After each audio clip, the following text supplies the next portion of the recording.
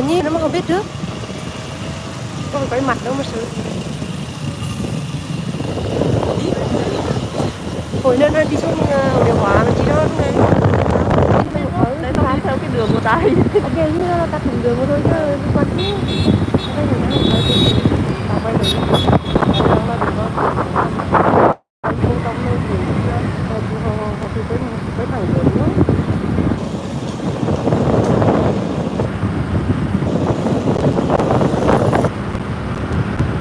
Tầm 15 phút là đổi máy của này lái.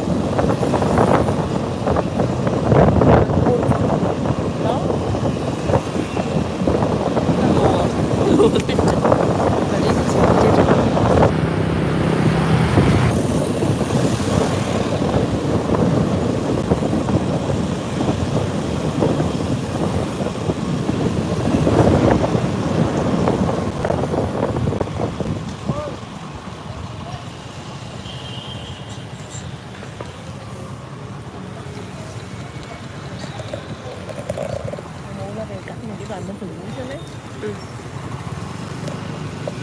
Đoạn dừng kia mà họ vẫn quay đoạn dừng có đèn xanh đèn đỏ chứ đang này mình phải quay cả đèn xanh đèn đỏ nhưng mà cái đi ngồi thì không quay được.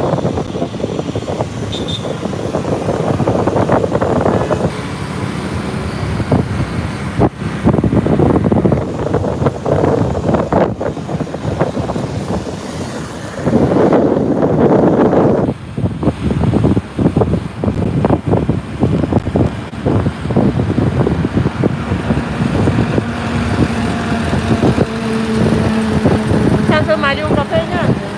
Hả? Sáng sớm mai đi uống cà phê. Thì được đi nhé nhưng mà tao nó được đi nhiều.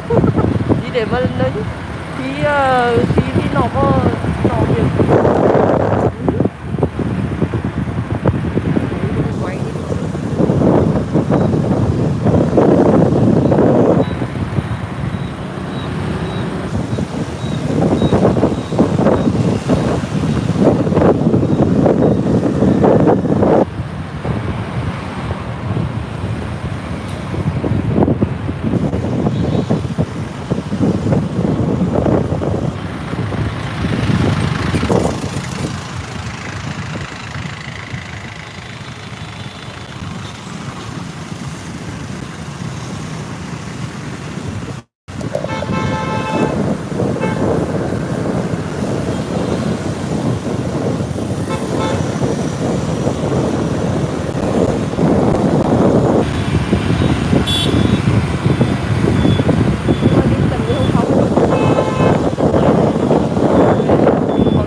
Đẹp á.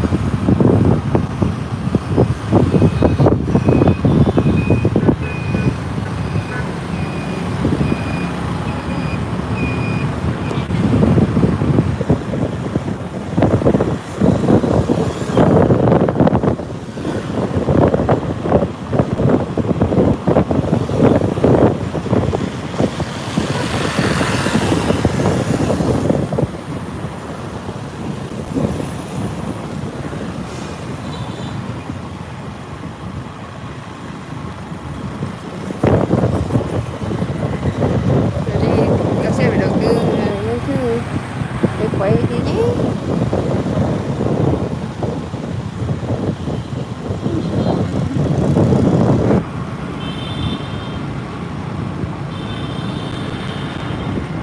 Được mấy phút rồi?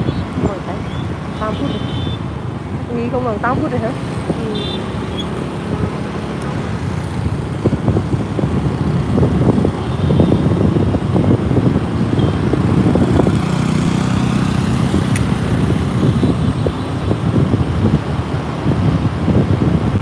Đi một người mà đang đi được bắt buộc hai người.